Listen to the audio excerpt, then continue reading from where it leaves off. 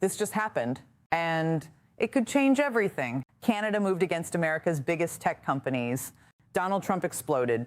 Trade talks were thrown into chaos. And within hours, the backlash was so intense that what looked like a show of strength turned into a much bigger political problem. They did something with our tech companies. If you have seen the viral headlines saying Canada just shut down U.S. tech giants, here is the truth. Like, it is more complicated than that, but in some ways even more dramatic. Here's what we know so far. Canada did not literally switch off Google, Apple, Amazon, or Meta. There was no sudden blackout. No apps disappeared overnight. No social media platforms were shut down by force. But Canada was preparing to hit major U.S. technology companies with a powerful new tax, one that could have cost them billions of dollars. And that move triggered an immediate and furious response from Donald Trump. Let me explain. At the center of this fight was Canada's digital services tax. This was a planned tax on large digital companies making money from Canadian users. That included online advertising, digital marketplaces, and certain platform services. Companies expected to be affected included Amazon, Google, Meta, Apple, Uber, and Airbnb. The rate was set at 3% on certain Canadian revenue above a threshold. And the part that made this especially explosive was that the bill was not just about future revenue, and it was backdated to 2022. That meant some of America's biggest tech firms were suddenly facing a very large payment almost immediately. And then came the political explosion. As the first payment deadline approached, Trump publicly blasted the Canadian policy. He called it a direct and blatant attack on the United States. Then he made an announcement that instantly raised the stakes. He said the U.S. was terminating all trade discussions with Canada, effective immediately. And he warned that Canada would be told within days what tariff it would have to pay to keep doing business with the United States. That was the moment this story stopped being just about tax policy and became a breaking global news story. Because once Trump moved from criticizing the tax to threatening the broader trade relationship, the fight changed completely. This was no longer only about Silicon Valley. This was now about the economic relationship between two of the closest neighbors and largest trading partners in the world. Now, this is important. Canada depends heavily on trade with the United States. A huge share of Canadian exports go south across that border. So when Washington talks about new tariffs, Ottawa cannot treat that like political theater. It becomes a serious national economic threat, and that is why the situation escalated so fast. But to really understand this, we need to step back for a moment. The digital services tax did not come out of nowhere. For years, governments around the world have argued that giant online companies make enormous amounts of money from users in their countries without paying taxes in a way that feels fair under the old rules. Traditional tax systems were built for an earlier business world, a world of physical offices, factories, and stores. But digital platforms do not work like that. A company can dominate online advertising, app sales, and digital marketplaces in a country without fitting neatly into the old tax model. Canada said that was the problem it was trying to fix. Canadian officials argued that large tech companies were earning significant revenue from Canadians, while the country was not getting a fair share through the normal system.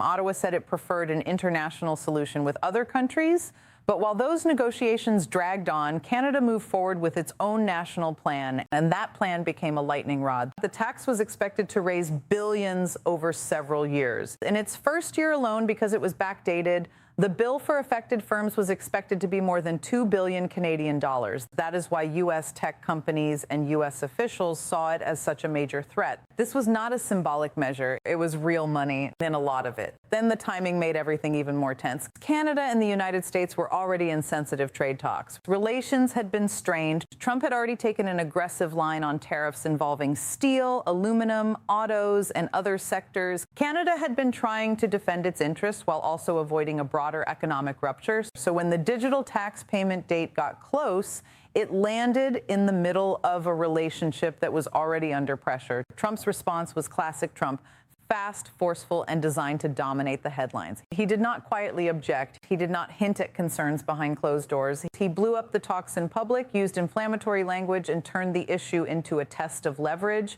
It was a message not only to Canada, but to every country watching. If you target U.S. tech giants, do not expect Washington to treat it as just another policy disagreement. But here's where it gets interesting. What looked like a powerful counterattack also created a political problem for Trump almost instantly, because critics argued that he had just threatened one of America's closest allies, not over a direct security issue, not over jobs on the factory floor, but over the tax bill of some of the richest tech companies on earth. And that image stuck. To Trump's supporters, this was proof of strength. They saw a president defending American companies from what they considered an unfair foreign tax. They argued Canada was targeting U.S. success, and Trump was right to push back hard before the move spread to other countries. But to critics, the whole thing looked very different. They saw a president willing to blow up trade diplomacy on behalf of big tech. They saw Washington using national economic pressure to shield giant platforms from paying more tax abroad. And they asked a simple question: if Trump is going this hard for Silicon Valley, whose side is he really on? That is where the phrase backfired instantly starts to make sense, because even though the White House could claim a short-term win, the optics became uncomfortable very quickly. Trump's reaction put a spotlight on the exact issue many governments have been raising for years, like whether global tech companies have become so powerful that even democratic governments struggle to tax them without facing retaliation. Meanwhile, inside Canada, the pressure was intense. Prime Minister Mark Carney had come into office with a reputation for seriousness and discipline. He had also benefited politically from public frustration over Trump's pressure tactics toward Canada. Many Canadians wanted a leader who would stand firm and protect the country's sovereignty. So when this showdown erupted, people started watching very closely to see what Carney would do. At first, it looked like Canada was ready to go ahead. The payment deadline was approaching. The policy had been defended for years. Some Canadian voices argued that backing down would show weakness and send the message that any attempt to regulate or tax giant U.S. companies could be crushed by pressure from Washington. But then came the dramatic reversal. Just hours before the first payment was due, Canada announced it would halt collection of the tax and move to rescind it. The government said the decision was made to support broader negotiations with the United States on a larger economic and security relationship. Carney and Trump then agreed to resume trade talks, with both sides looking toward a deadline in July to make progress. In practical terms, that meant the immediate crisis cooled down. But politically, it opened a whole new argument. The White House treated the reversal as a clear victory. Trump allies said Canada had caved. U.S. officials publicly praised the move and framed it as proof that a hard line works. For Trump's base, it was a clean story. Canada tried to hit American firms, Trump hit back harder, and Canada folded. But in Canada, not everyone saw it that way. Some critics said Carney had stepped back too quickly and handed Trump an easy win. They argued that after all the talk about defending Canada's interests, Ottawa had backed down at the moment of pressure. Opposition figures demanded stronger protection of Canadian sovereignty. Commentators asked whether the government had spent years building a tax policy only to drop it at the last second when the real fight began. Others took the opposite view. They said whatever the symbolism, a broader trade war with the United States would have been far more damaging than the tax was worth. Business groups warned that the cost of the digital tax could end up passed on to Canadian consumers, investors, and companies through higher prices and less certainty. From that perspective, scrapping the tax was not surrender. It was damage control. And that debate is still the heart of this story. Was Canada right to step back in order to protect the wider economy? Or did it just prove that when America's biggest tech companies are threatened, pressure from Washington can force even a close ally to retreat? Public reaction online reflected exactly that split. Some people praised Canada's original move and said big tech should absolutely pay more where it earns money. They argued that governments keep talking about digital fairness, but when the moment comes to act, they get intimidated. To them, this episode showed just how hard it is to challenge giant U.S. platforms in the real world. Others said the tax was badly designed from the start.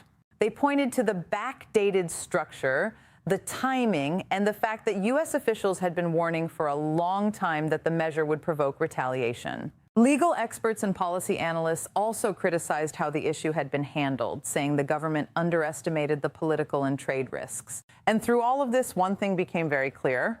This was never just a Canada story. This matters far beyond North America because many countries are wrestling with the exact same problem. How do you tax digital giants fairly? How do you update old economic rules for a world where profit can flow across borders with a click? And how do governments do that when the companies involved are based in the United States and backed at key moments by U.S. political power? Europe has fought similar battles. Other countries have introduced or considered digital taxes. International talks have dragged on for years. Everyone agrees the digital economy has changed the game. But as this Canada clash just showed, agreeing on a global fix is one thing. Actually enforcing national measures against powerful U.S. firms is another. Now, this is important. Even though Canada ultimately reversed course, the episode may still have long-term consequences. It has made the global fight over digital taxation even more visible. It has shown other governments what kind of reaction they could face. And it has also reinforced a growing sense that big tech is no longer just a business issue. It is a geopolitical issue, a trade issue, a sovereignty issue. And for Trump, there is another layer. Yes, he got the immediate result he wanted. The tax was halted, talks resumed. His administration got to say America defended its companies and forced a retreat. But at the same time, the confrontation also sharpened criticism that his economic nationalism can quickly become corporate protection when the companies involved are politically powerful enough. Instead of making the issue disappear, his response pulled it into a bigger spotlight. It turned a tax dispute into a global debate over political muscle and who really benefits when trade threats are used. So when people say his furious response backfired instantly, they are talking about that larger effect. The more forcefully he moved, the more obvious it became that this was not only about defending the U.S. economy in general. It looked to many viewers like an all-out defense of the biggest names in American tech. And that image may linger longer than the trade pause itself. So where does this leave us now? Canada has stepped back from the tax, at least for now. Trade discussions with the U.S. have resumed. The immediate standoff has eased. But the deeper issue is far from over. The question of how to tax global digital power has not been solved. The question of how much pressure the U.S. will use to defend its tech champions has not gone away. And the question of whether countries like Canada can act independently in the digital economy without paying a major price is now more urgent than ever. So despite the viral title, no, Canada did not literally shut down U.S. tech giants, but Canada did try to hit them where it hurt. Trump did respond with fury. Trade talks did collapse for a moment.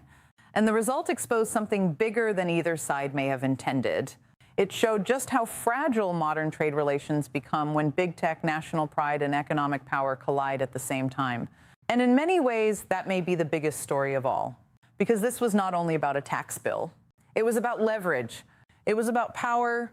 And it was about whether elected governments can still set the rules for the digital age, or whether those rules will keep being shaped by the political weight of the world's largest technology companies.